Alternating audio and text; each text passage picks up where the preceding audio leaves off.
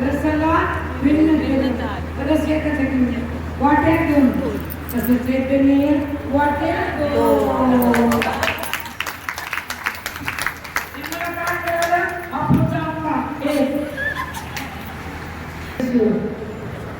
दोन दोन वाटतात का वाटतात दोन दोन का वाटतात तू आणि मी का वाटतो उपाधी ठीक आहे उपाधी काय आहे भिन्न आहे पण चैतन्य एकच उपाधी भिन्न आहे पण उपाधीचं अधिष्ठान एक छोटा तरंग मोठा तरंग ह्याच्या खाली पाणी त्याच्या खाली पाणी तरंग म्हणजे पाणी अगदी दोन तरंग एक छोटा एक मोठा काय करायला मी एक छोटा एक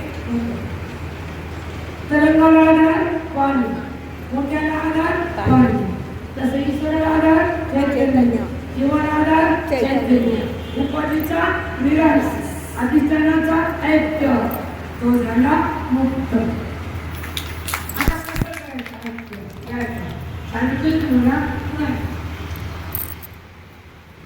दोघांचं ऐक्य कसं करायचं तर याला म्हणतात त्यागायचं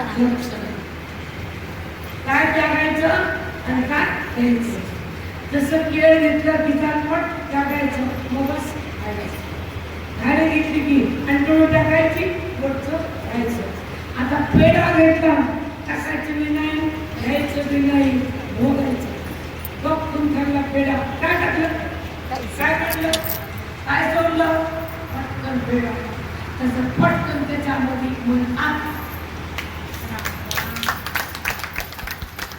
ज्ञानाची पावर आहे मन आणि ब्रश करतात त्रस्त बनतात तरंगाला आधार पाणी तरंग पाणी तसं जीवाला आधार चैतन्य जीवाला आधार चैतन्य उपाधी भिन्न उपाधीचा त्याग आहे चैतन्याचा स्वीकार आहे दोघांचं ऐक्य आधीच आहे फक्त कळणं बुद्धीचं ऐक्य आधीचं कळणं बुद्धीचं अनुभव अंतःकरणाचा पार जगाचा विकार अविद्येचा निराकार जगताचा अधिष्ठित चैतन्याचा निराकार कोण जगताला आधार असलेलं निर्विकार परम चैतन्य ते आधार आहे जीवाला तेच आहे जगाला तेच आहे शिवाला तेच आहे आणि ते हे कळल्यावर उपाधीचा त्याग होतो आणि चैतन्याचा आविष्कार होतो बोधाचा अंतःकरणामध्ये साक्षात्कार होतो आणि तो मी आहे असा अनुभव येतो चैतन्याचा स्वीकार दोघं एकच आहे बोधानं एक होतात वेदानं अनुभव येतो आणि वेदानं तो आणि मी असा वाटतो भोगायचा परंपरावर थांबायचं ते मी आहे कळायचं ते मी नाही जाणायचं जगाला सोडायचं जगदीश्वराला बघायचं आता जगाला सोडायचं जगदीश्वराला बघायचं त्याचा अर्थ सांगतो आणि एकच झाले हे सांगतो आता बुद्धी आभास आणि कुटस्थ बुद्धीमध्ये चैतन्य कुटस्थ एकच आहे बुद्धीमध्ये कुटस्थाचा आभास मिसळला ठीक आहे ज्याचा मिसळला चैतन्य ज्याच्यात मिसळला बुद्धी मग बुद्धीचा बात केला चैतन्याचा स्वीकार केला इकडे बुद्धीमध्ये कोण आहे कुटस्थ आहे जीवाचं इकडे माया उपाधीत कोण आहे ब्रह्म आहे अधिष्ठान चैतन्य त्याचा अधिष्ठान ब्रह्म आहे आमचं कुटस्थ आहे तुझी उपाधी टाक माझी उपाधी टाकतो दोघांचं ऐक्य होतं आणि तुम्ही अनुभव होतो जगाचा वाद होतो अज्ञानाचा विलास होतो आणि तो तुम्ही आणि असतो. उपाधीला टाकल्यावर, ब्रह्म जाणल्यावर, वेद संपल्यावर, ज्ञान आत गेल्यावर रामाची भेट होती. अवस्था अंतःकरणातली जे अंतःकरण म्हणजे मन बाहेर येतं, बघतं, सांगतं, पुन्हा जातं. वृत्ती उत्पन्न होती, उत्तान होते, नष्ट होते, पुन्हा उत्तान होते, ज्ञान करते, बाहेर जाते, आत येते, ज्ञान करते, नष्ट होते. पुन्हा वृत्ती उत्तान होताना त्या आत्मस्वरूपाचा आधार घेते. तो आधार असताना विकार नसतो, त्याला म्हणायचं उगस्त. वृत्तीमध्ये विकार असतो, कारण ती विषयाला जाणते, त्याला जाण्याची गरज नसते. ते जाणीव नको. जगत हे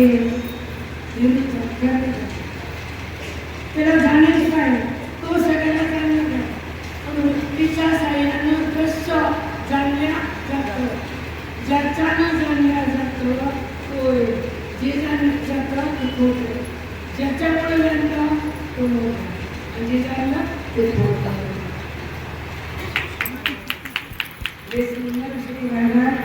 विकार असतो, वृत्तीमध्ये विकार असतो, कारण त्या विषयाला जाणणं तो निरीक्षे असाच असतो. जाणणं त्याचा धर्म नाही, कारण विकार नाही, व्यवहार नाही, तो आधार आहे, त्याचं नाव कुटस्थ आणि शुद्ध. तो परमात्म्यापासून बुद्धी अलग झाली, देहामध्ये एक झाली, वृत्ती जगाकडे गेली, विषयाची आवड झाली, संबंध देहाचा केला, इंद्रियात विकार झाला, भोग म्हणजे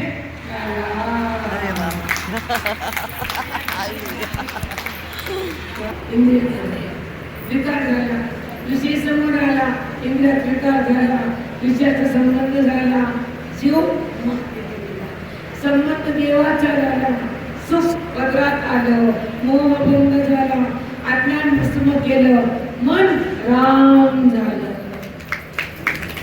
ईशाकडे का गेली? अविद्येनं. देवाकडे गेली वेदानं. ब्रह्म झाली मोक्षानं. विकारी झाली विषयानं. काय खरंच सुंदर.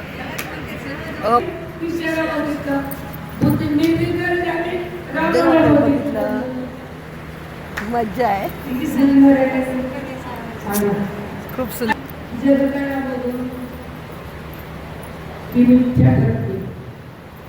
व्यवहार वृत्तीचा, आधार चैतन्याचा, दिसणं जगताचं, अस्तित्व रामाचं, कळणं अंतःकरणाचं, अनुभवणं जीवन मुक्ताचं, सुख होणं जीवन मुक्ताचं, ज्ञान वेदाचं आणि सुख ईश्वराचं, अनुभव अंतःकरणाचा, हा भोग महात्म्याचा. सुखाचा भाव घेतो, देहावर नसतं, त्याला आवरण नसतं, तो वेदात नसतो, तो वेदात असतो. आपण वेदात नसतो, हे माझं खरं सगळा वास कसा वास येणार, बापरे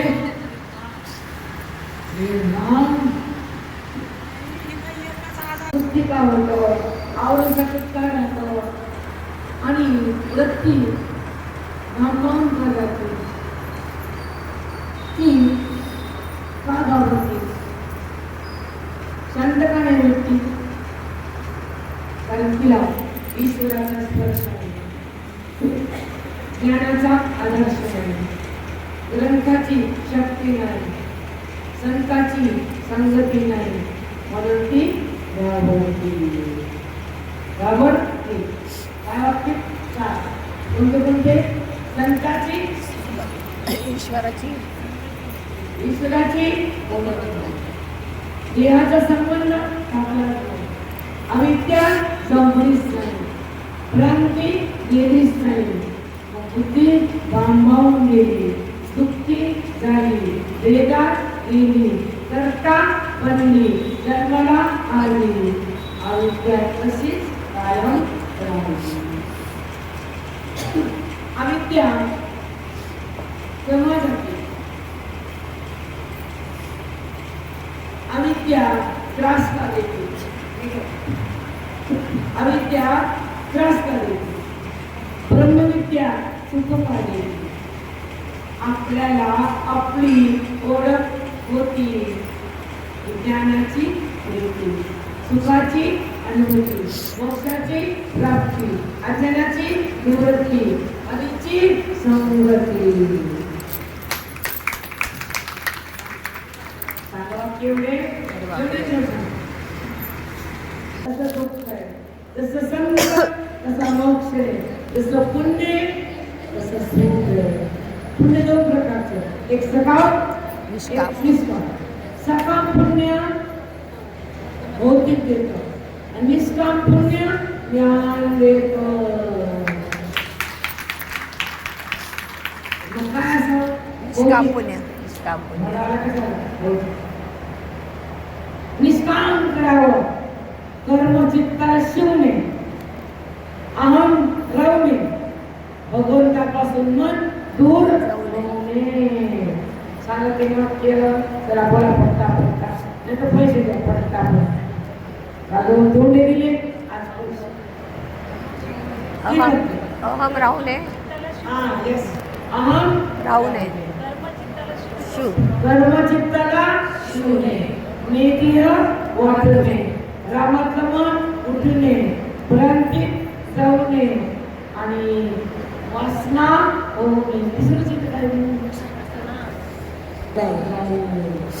देहाला तिनं शिवणे, कर्तेपणा घेऊ नये, कर्मातीनं राहू नये आणि ईश्वराला सोडू नये. खूप सुंदर सांगतात गुरुजी. हे सगळं गुरुचं आहे. आपलं काय हे बघ, काय आपलं झाली की याची. मला वाटतं तुम्ही म्हटलं का ते पण दिलं बाजूला काय करायचं कोण आहे बघायचं क्षणभर बाहेर यायचं.